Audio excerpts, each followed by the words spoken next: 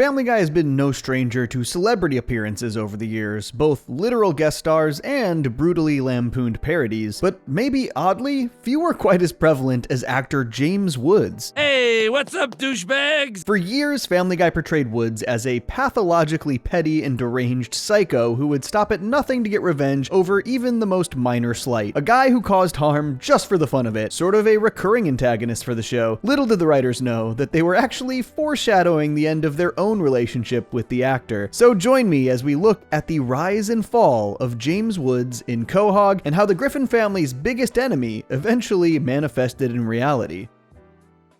I would be very surprised to learn if James Woods is anybody's hero, though he did famously play Hades in a film all about heroism, Hercules, who is coincidentally a recruitable hero in today's video sponsor, Heroes of History. Heroes of History is such a fun cross-section of so many pieces of story and gameplay styles. Part strategic city builder, part hero collector, all built around a quirky time travel story starring Albert Einstein. I mean, does that not sound fun? The progression in the game is a great hook. You basically have to progress your civilization, both expanding your territory and moving your culture through various ages of history, starting with the Stone Age. And then on top of that, you can recruit over 120 historical and mythological figures through Einstein's portal, and they help you battle, conquer, and expand your civilization. It's really fun. Recruiting is random, so you basically play a gacha game to see what historical figure is going to help round out your teams. I mean, you can form crazy combos. You could have a team of Amelia Earhart, Mozart, and Medusa if you wanted. I mean, who wouldn't want to see Vincent van Gogh fight alongside King Tut? Speaking of King Tut, he and Nefertiti are actually limited time heroes found in the current in-game Ancient Egypt event running until April 28th, in which you get to fight Anubis. This game really is wild. If you use my personal link in the description or this QR code, you'll get the Anubis Awakening starter pack to help give you a head start. Use promo code J2C and you'll get 10 antimatters, 2,000 XP, 20,000 food, and 5 Duat keys. Join Heroes of History today. Thanks to Heroes of History for sponsoring this video.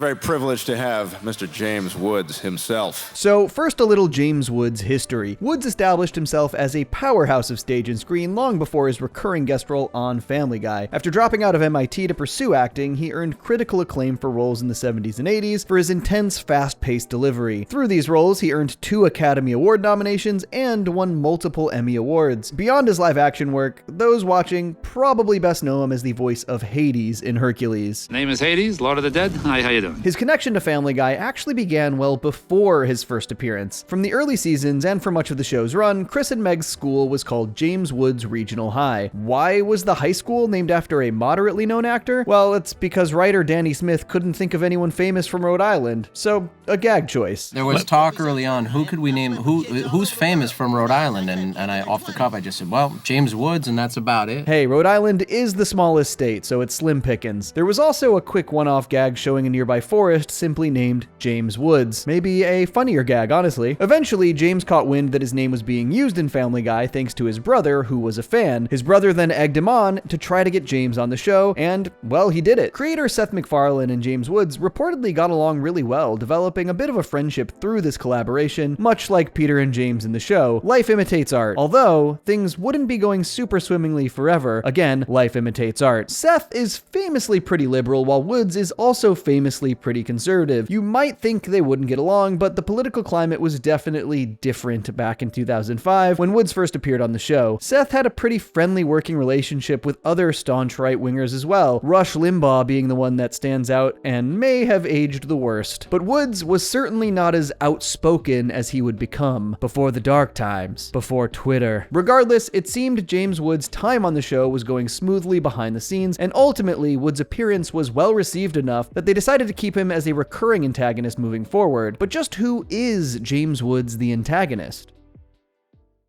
Where does James Woods fit into the fun? James Woods debuted in season 4 as Peter's Got Woods. Brian attends a PTA meeting in Peter's stead where he meets Shauna Parks, one of the teachers at James Woods High. The two date, and in a performative attempt to impress her simply because she's black, he suggests that they should change the name of the high school to Martin Luther King High. I love Dr. King.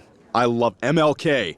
Man, he's He's my guy. While Shauna is all for the idea, Peter, not so much, to the point where he literally brings James Woods to the school board meeting. This introduction to James Woods is both perfect and misleading. When he takes the stand, he immediately agrees with the choice to rename the school after Dr. King. This would have been the end of it, however, the board is so impressed by James' humility that they decide to keep the name in his honor. James Woods pointedly does not contest the decision to keep his name. Feels like that was probably his plan all along, though the show never explicitly states as much, but playing the humble card to protect his rep and subtly manipulating the board into preserving the school name, it's a win-win for Woods. As we'll soon see, James is precisely the type of petty person who could pull this off. Take the fact that Peter simply contacted him through his website about the name change. Weird choice to fly all the way from LA to Rhode Island for a complete stranger, especially when the board was already poised to approve the motion to rename it after Dr. King. If Woods truly supported the motion, he could have easily just sent an email or a letter to express his backing. So why go through the trouble of showing up in person then? To be fair, it's just as possible that James traveled so far because he's legitimately a lonely guy. When Peter offers to hang out, James immediately takes him up on the offer. The two hit it off with a childlike sleepover and an admittedly very catchy musical number. I have James Woods. James Woods essentially just replaces Brian here, even taking his spot at the foot of the bed. Lois, look.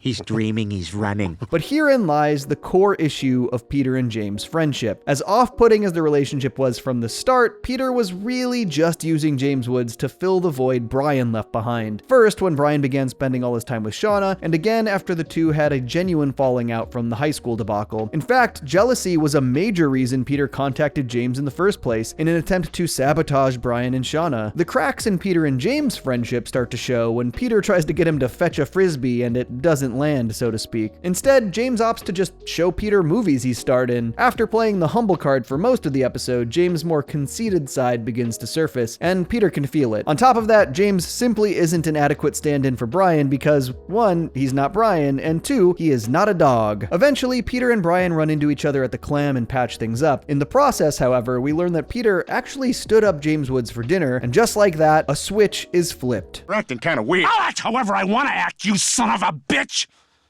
I'm sorry, Peter, I didn't mean that. This is where we first learn that James Woods might be a little unstable. Peter mentions that James has become obsessive, which lends credence to the idea that Woods is a pretty lonely guy. After all, here's a random man from Quahog reaching out about a relatively innocuous issue, and James immediately flies across the country to become best friends with him. Not normal behavior. While Peter was trying to fill the void Brian left behind, it almost seems like James Woods was trying to fill the void of having nobody at all. And while James acting obsessively is by no means healthy or acceptable, he was initially the one who got wronged here. Peter did have plans to have dinner with Woods, but bailed without any notice just to hang out with Brian. That single instance of being stood up is what sets off a domino effect, leading to James Woods wreaking havoc on the Griffin family for quite a few years. Even though James is clearly out of his mind and blows things wildly out of proportion, the origins of his villainy in Family Guy are actually a little sympathetic. Regardless, Peter and Brian handle the problem with what has since become a pretty memorable bit. Ooh, a piece of candy.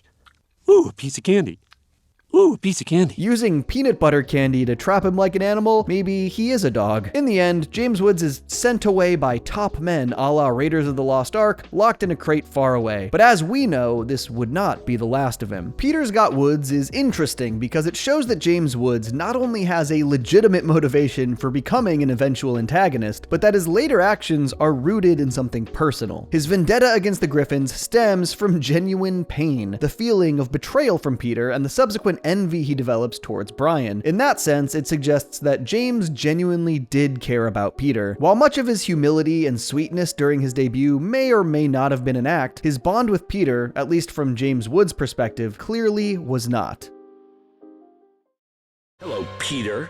I've been expecting you. We wouldn't see James Woods again until the aptly titled Back to the Woods 2 seasons later. Peter loses his wallet only to find someone is running up the bill with frivolous spending. This is, of course, James Woods. Remember that pettiness I mentioned earlier? Yeah, well, James Woods goes beyond just buying stuff on Peter's tab. He full-on steals his identity. He has Peter's driver's license, social security card, passport, title to the house. Very weird that Peter was carrying all that in his wallet, but either way, James Woods is now legally considered Peter Griffin. Thanks, Joe. Clam later? We'll hoist a few? Sure, Peter. James Woods truly commits to the bit. He wears Peter's clothes, which are obviously a different size, so that means he went out and bought the exact same outfit. He straight up lives in the Griffin home, even giving Peter's kids fatherly advice. Truly horrific fatherly advice, but in his mind, he seems like he really believes he's helping Chris and Meg. He actually treats Lois and the kids pretty well, all things considered. He's not combative or threatening. Well, his very presence is threatening, but you know what I mean. The only real exception is Brian, whom he forces to become an outside dog. Again, it highlights that his vendetta is primarily directed at Peter, but also may show that he resents Brian a bit as well, since Peter swerved Woods to rekindle that friendship last time around. It's telling that, despite being a rich Hollywood actor, Woods is so hell-bent on revenge that he's willing to not only steal Peter's identity on paper, but to fully step into Peter's life, which by all accounts is pretty unremarkable, especially by comparison, which raises an interesting question. Was James actually planning to do this forever? Just live in Peter's house with Peter's family until the end of his days? If that was his plan, then he's either an elite level hater or he genuinely doesn't like his own life and is even lonelier than we previously thought. Maybe it's a bit of both. Brian comes up with the brilliant idea for Peter to pretend to be James Woods, since James Woods decided to become Peter. I like how these James Woods fiascos have really highlighted Peter and Brian's friendship so far. It's not a dynamic that gets quite as much love as often in the modern era, so it's nice to revisit from time to time. Brian's idea works, and Peter goes on Letterman posing as James Woods to destroy his reputation. He promotes an offensive 9/11 movie, and it caused an intense bit of backlash. People are pissed, which is another bit of IRL foreshadowing here. After being confronted, Peter challenges James to a fight in the alley, and... Ooh, a piece of candy. Ooh, a piece of candy. Ooh, a piece of candy. They deal with him the same way they did last time, sent away in a crate and all. Okay, Brian, next time let's remember this right away because he's done this twice. I love this candy gag because it's kind of a non-resolution on purpose. Reminds me of crab people in South Park. James has a strangely whimsical, almost childlike side at times, picking candy up off the ground, wearing footy pajamas with Peter, and of course, breaking into that whole musical number. Adam West was oddly similar in that regard. He was, of course, also based on a real actor and portrayed as childlike and mentally unhinged, though most of Adam's more questionable behavior was masked by incompetence and general weirdness. His madness rarely had clear motive. Even when he went on violent streaks, it usually wasn't driven by pure anger or hatred so much as absurd impulse, except for the Noid, rest in peace. James, on the other hand, seems to have two very distinct sides. There's the warmer side, the one capable of forming an intense attachment to Peter almost immediately, or sincerely trying to give advice to two teenagers, but there's also the volatile side, the one willing to pull out a shotgun over a relatively minor slight. The speed with which he slips between these states is jarring, and it likely contributes to why he seems like such a lonely person. Stealing Peter's life is where these two sides of James Woods collide. On one hand, it fulfills what appears to be a fantasy, a cozy home, a loyal wife, happy kids. On the other, it satisfies his vindictive side by punishing the people he feels betrayed him, namely Peter and also Brian by extension.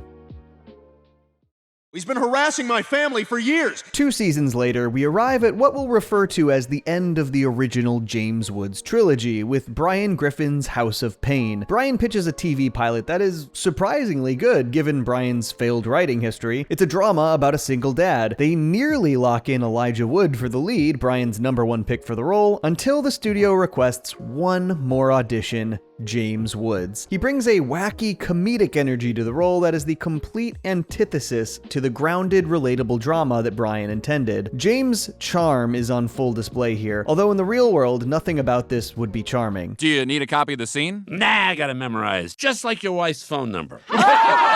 The studio eats it up anyway, and this is the exact energy he brings throughout the entire episode. This also gives us our first real glimpse at what James Woods' career looks like behind the scenes. He coasts by on one-liners and crude jokes, leaning heavily into that persona. Looking back, though, it feels a little too real. James Woods displays clear instances of misogyny and harassment on set, yet he remains beloved by the studio and continues to keep his role and influence. Even without getting into specific examples, the episode strongly implies that James exhibits genuine predatory behavior. He's portrayed as the quintessential old Hollywood type, someone who abuses his power and position while the system around him continues to reward it. The chimp just ripped the other girl's boob off. Please tell me you got that on camera. Even Brian goes along with the nonsense, which isn't too surprising. We know for as altruistic as Brian acts, he can be easily compromised if the price is right. Shame too, because this was a rare moment he wrote something of quality, which is of course ruined due to studio interference, largely inspired by James's suggestions. Mr. Nubbins! Well, if you can't beat him... Despite all this, it is never explicitly stated that James deliberately sabotaged the script. There's no real confrontation between the two about it, aside from Brian initially making it clear that he wants James nowhere near the project. Instead, the episode plays as if this is simply how James Woods operates on a regular basis, and Brian just happens to get caught in the storm. James isn't portrayed as carefully plotting against him or anything. This is just how James Woods is in earnest. Loud and invasive, and unfortunately, the entire production gradually warps around that energy, even after the initially low ratings of the premiere. What if I'm a cop and the chimp is my reincarnated partner? Yes! That's perfect! Notably, Peter is pretty much a non-factor in this episode, which further suggests that it might not have been a personal vendetta at all. Because let's be honest, if James Woods did have it out for Brian in a calculated way here, he'd probably find some way to drag Peter through the mud as well. Instead, when Brian finally walks away from the project, James doesn't seem particularly fazed. There's no gloating, no rubbing it in Brian's face, it just rolls off him. That reaction makes it feel more like Brian simply got swept up in the chaotic orbit of James Woods' personality this time, and that chaotic orbit has a way of pulling everyone in eventually. James Woods? After a brief cameo in Something Something Something Darkside, we get what is arguably the conclusion to the James Woods saga, and then there were fewer. It's an hour-long special that gives probably the deepest insight into just how deranged James Woods actually is. A bunch of Quahog citizens are invited to a mysterious manor for a dinner party in their honor, and when I say a bunch, I mean close to every major and minor player still around in the series at that point. Turns out the dinner party was set up by James Woods, who invited everyone to his Rhode Island manor to make amends. Apparently, he had wronged every person in the room, and thanks to his new partner Priscilla, he is now a born-again Christian wanting to repent for his misdeeds. Now, we obviously knew James Woods wasn't right in the head, but it's still wild to realize just how many people he managed to wrong in Quahog. Quahog, Rhode Island isn't some huge metropolitan city, it's a small town in a small state. Sure, Woods is originally from Rhode Island and clearly owns a manor there, but it's well established that he's based in LA. The fact that he managed to somehow screw over this many people in such a quiet town is pretty revealing. How did he even find the time to cause this much damage to random people? Has he terrorized any other small New England townships? It's also telling that everyone is suspicious of him right from the start. Nobody buys that he's sincerely trying to make amends. At one point, James leaves the room, and in an attempt to get an energetic read on him, Quagmire's date Stephanie sits down in his chair. The moment she does, she is shot, killing her. And obviously, everyone immediately suspects James Woods. But what else are they supposed to think in that situation? Still, it's clear everyone present already knows exactly what Woods is potentially capable of. Unfortunately, the guests are trapped in the house, they confront Woods about the murder, and even while trying to defend himself against homicide accusations, he cannot help but talk himself up. I'm a lot of things. A member of Mensa, a huge hit with the ladies, someone who, would have broken out bigger if he weren't so impossible to work with. For those who don't know, Mensa is a high IQ society open to only people who score in the 98th percentile or higher on an IQ test. So yeah, little humble brag from him here, or maybe just a regular brag. Woods also openly admits that he's impossible to work with, which is interesting because in his previous appearance, it seemed like everyone was more than willing to go along with his hijinks and deplorable behavior. I guess he wasn't able to break into the Hollywood circles he really wanted to. That said, he insists he's innocent, maintaining his born-again Christian claims. Immediately, the power cuts out, we hear a grunt, and when they come back on, there he is, James Woods, dead, stabbed in the back. He didn't kill Stephanie after all. But even with James Woods dying here, there's a lot we can glean about him from the rest of the episode, since much of the murder mystery revolves around him. Because Stephanie was sitting in James's chair when she got shot, it means the gun was clearly meant for him, not this random woman Quagmire happened to be seeing. The real conundrum is that, as already established, everyone here has a motive to kill James Woods. It creates a fun dynamic, watching all these characters interact under such tense circumstances. The whole setup has a very Who Shot Mr. Burns vibe, and obviously is Agatha Christie inspired as well. And this was where we learn the extent of Wood's transgressions against Quahog. We're already aware of his feud with the Griffins, but the rest, as it turns out, these wrongdoings range from petty annoyances to completely unforgivable acts and everything in between. Let's run them all down. He talked Tom Tucker out of acting as Freddy Krueger on Nightmare on Elm Street, showing that he has a deeper history with some of these characters spanning years. He and Seamus took acid together, and apparently Woods is the reason Seamus has no limbs. Yeah, James Woods ate them, thinking Seamus was a steak while they were tripping balls. For Adam, he took the Twitter handle Mayor West, so now Adam has to use Mayor_West. Completely petty and unnecessary Twitter trolling, huh? More IRL foreshadowing. He switched around all the bones in the skeleton in Dr. Hartman's office. He relieved himself in Mort's pharmacy sink, replaced Herbert's Cialis with methamphetamines, punched Bonnie in the throat simply because of the way her voice sounds. It's revealed here that Woods actually stole Cheryl Tiegs from Quagmire. Cheryl Tiegs is a real-life model, but in Family Guy, she's been established as the one that got away for Quagmire. After she left him, Quagmire spiraled into the woman-obsessed man we know today, all in an attempt to fill the void Cheryl Tiegs left in his life. So in a way, the episode implies that James Woods is indirectly responsible for Quagmire's most defining character trait. Another one of his more elaborate sins is that he talked Mort's wife Muriel into selling him OxyContin. She tried to cut him off, but he blackmails her. Why does a Hollywood actor need a random pharmacist in Rhode Island to sell him Oxy? He probably didn't. Either his aforementioned admission of being a hard to work with meant he burned a bunch of bridges back in LA, or he's just that insane. The worst reveal comes from Consuela. It's so bad that I don't really want to go into detail here, but it involves her nephew, and given that we already know James is predatory, yeah, he's a deranged psychopath and not at all redeemable if that wasn't clear enough already. And despite being irredeemable, James did mean it when he said he wanted to make amends, as revealed in the journal found in his private study. The whole born-again Christian thing really did have an impact. Despite these good intentions, his willingness to turn over a new leaf so quickly may tie into the obsessive behavior we saw him display with Peter. This time, that fixation manifests in the form of Priscilla. Of course, it's eventually revealed that Diane was the killer all along. James had started seeing Diane before abruptly dumping her, so as revenge, Diane paid Priscilla to seduce him and convert him to Christianity. That manipulation ultimately would lead him to host the dinner party, setting Diane's plan to kill him into motion. He'd known Priscilla for less than a year, yet she'd already managed to completely reshape his entire approach to life. While he does seem somewhat selective about the people he latches onto, given his brazen womanizing, it appears that when he does lock in on someone he enjoys spending time with, he attaches very hard and very fast. We even see in a flashback that he mourns the loss of Peter's family after the identity theft debacle, implying that during the time he was pretending to be Peter, he genuinely grew fond of the Griffins. All of this paints a picture that while James Woods is an evil maniac, he's also capable of caring for others, but only in ways that are deeply unhealthy, obsessive, and unsettling.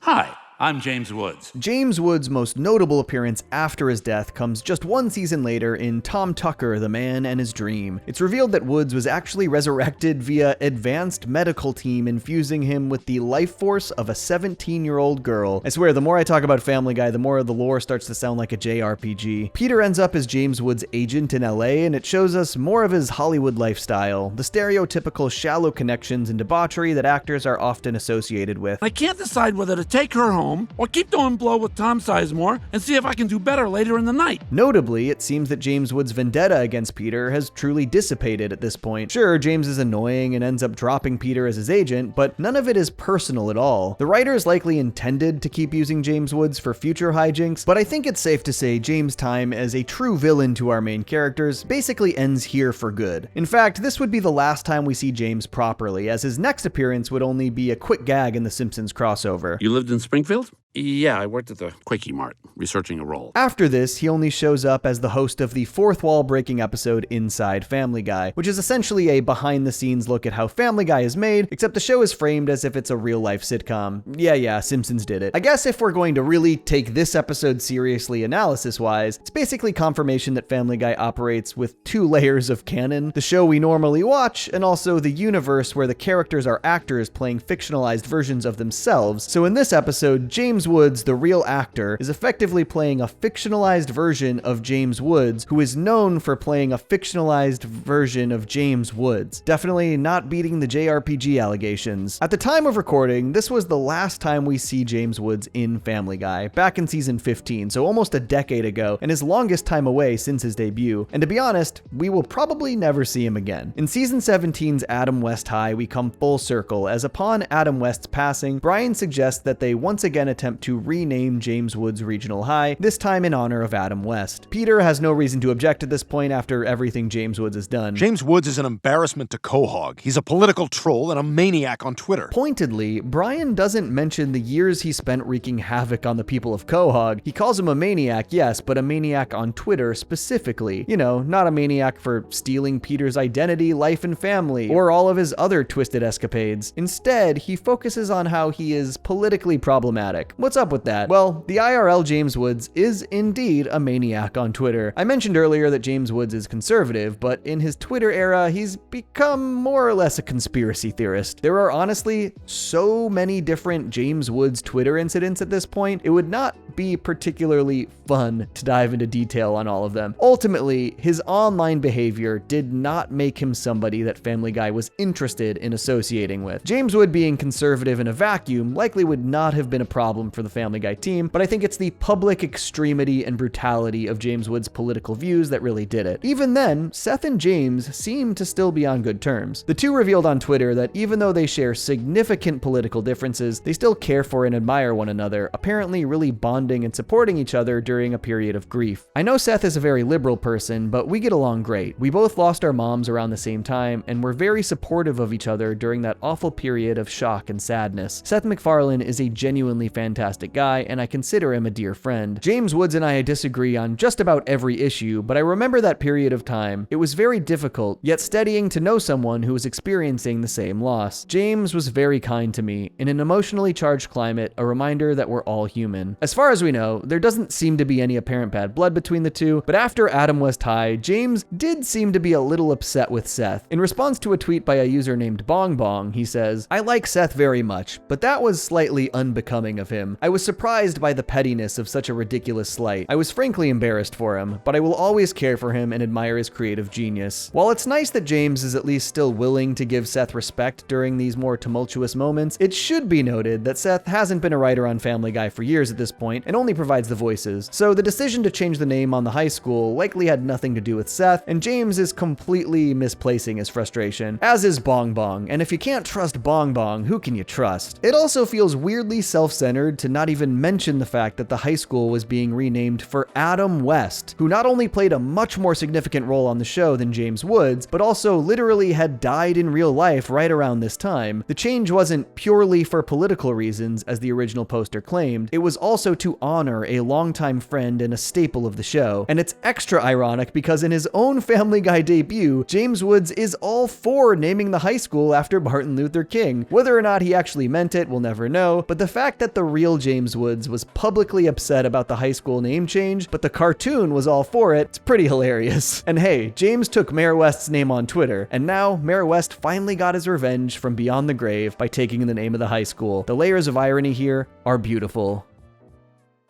Boy, James Woods, you're the best friend a guy could ever have. It's unclear if James Woods will ever return to Family Guy. I would guess not. It seems like he and Seth are likely on goodish terms, but Seth isn't in charge of Family Guy anymore, so it remains to be seen if the writers care enough to bring Woods back on, especially considering his politically charged tweets have not really slowed down. Obviously, James Woods the character is leagues worse than James Woods the actor. At least, we hope. This is Family Guy. Everything is exaggerated to 11, and as stated in the Adam West video, your favorite character has probably been a huge piece of shit at one point or another. The saga of James Woods and Family Guy serves as a bizarre case of life imitating art. Twitter trolling, public backlash, a fallout with the Griffins, it all manifested in one way or another in our world. What began as a playful nod to a local Rhode Island celebrity evolved into a portrayal of an obsessive, deranged antagonist whose vendettas against the Griffin family were rooted in a deep, albeit twisted desire for connection. The fictional James Woods became a pillar of chaos for the show that almost seemed to foreshadow the actor's own own eventual departure from the series. As the real James Woods' public persona shifted towards political extremity and social media controversy, the show chose to close the book on him. Whether or not the character ever makes a surprise return, he remains one of the few guest stars to leave such a destructive mark on nearly every main resident of Quahog, and in just a small handful of episodes, only appearing in 8, with 3 of those being non-canon. Even if he doesn't return, I think it makes sense from a writing perspective. Though he was resurrected, it felt more like his story ended with his death thematically, with the high school name change on top of it being a nice full-circle bookend after the fact. Regardless, it seems like, at least for the time being, both the writers and Quahog have seen enough of James Woods. And as for the real James, well, he's being examined by top men. Top men.